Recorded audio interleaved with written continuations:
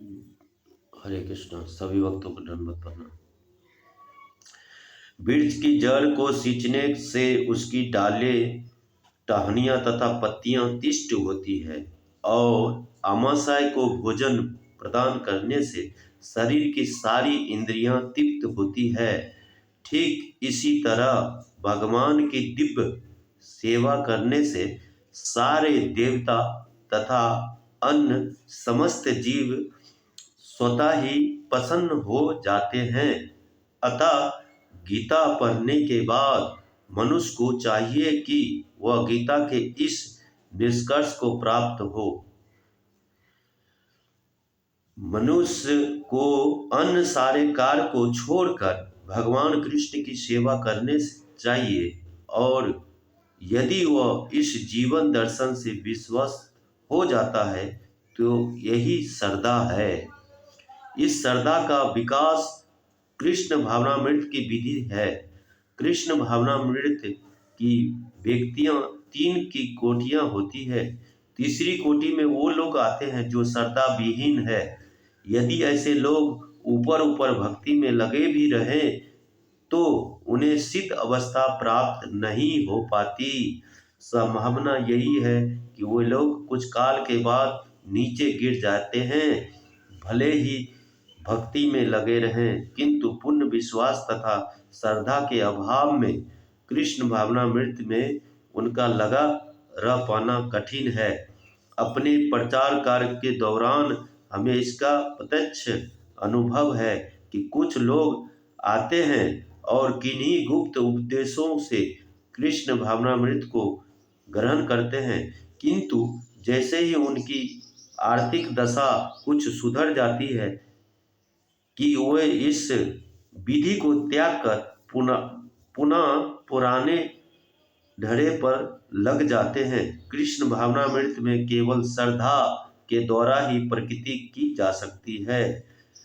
जहाँ तक श्रद्धा की बात है, जो लोग भक्ति साहित्य में निपुण है और जिसने ढूंढ श्रद्धा की अवस्था प्राप्त कर ली है, यह कृष्ण भावनामृत का प्रथम कोटि का व्यक्ति कहलाता है। हरे कृष्णा। शिला प्रभुपाद की जय। आप लोगों को हम गीता पढ़ के, भागवतम पढ़ के, श्री चैतन्य चरितामृत पढ़ के कुछ ना कुछ संदेश पहुंचा रहे हैं आप लोगों के बीच में, ताकि आप लोग भी इस दिव्य ज्ञान का लाभ ले सके और अपने जीवन को सफल बना सके।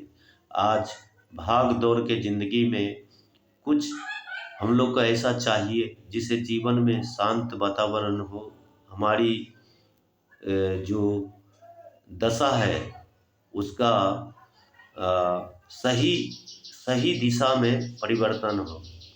अर्जुन को देखिए कितना बड़ा दशा हो रहा था, मैं युद्ध नहीं करूँगा, मैं छोड़ के चले जाऊँगा, मैं भीख मांग के भी गुजारा करूँगा। लेकिन जैसे ही भगवान कृष्ण ने गीता का उपदेश सुनाया तो श्रीमुख से भगवान का जो उपदेश निकला उसको सुनकर अर्जुन फिर विचलित होने से बच गया और पुण्य शांत हो गया। उसके बाद कहा, कड़ी से वचन तब, हे कृष्ण अब बताओ मैं क्या करूं। तो इस ठीक उसी प्रकार हमारी जीवन में भाग दौड़ की ज़िंदगी में ना जाने अनेकों टेंशन है, अनेकों चिंताएं हैं, परंतु जब कृष्ण राम के शरण में आते हैं, उनका वाणी को सुनते हैं तो पुनः हमें एलर्जी हो जाती है और फिर सुचारू ढंग से अपना जीवन जीते हैं। हरे कृष्णा।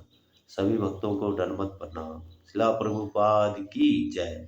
आप लोगों के लिए दिव्य प्रार्थना करेंगे। हरे कृष्णा कृष्णा कृष्णा हरे हरे, हरे राम राम राम हरे हरे। आप सभी जहाँ भी है सबके घर में सुख शांति बना रहे और आप लोग को सदा ही जीवन मंगलमय है। शिला प्रभुपाद की।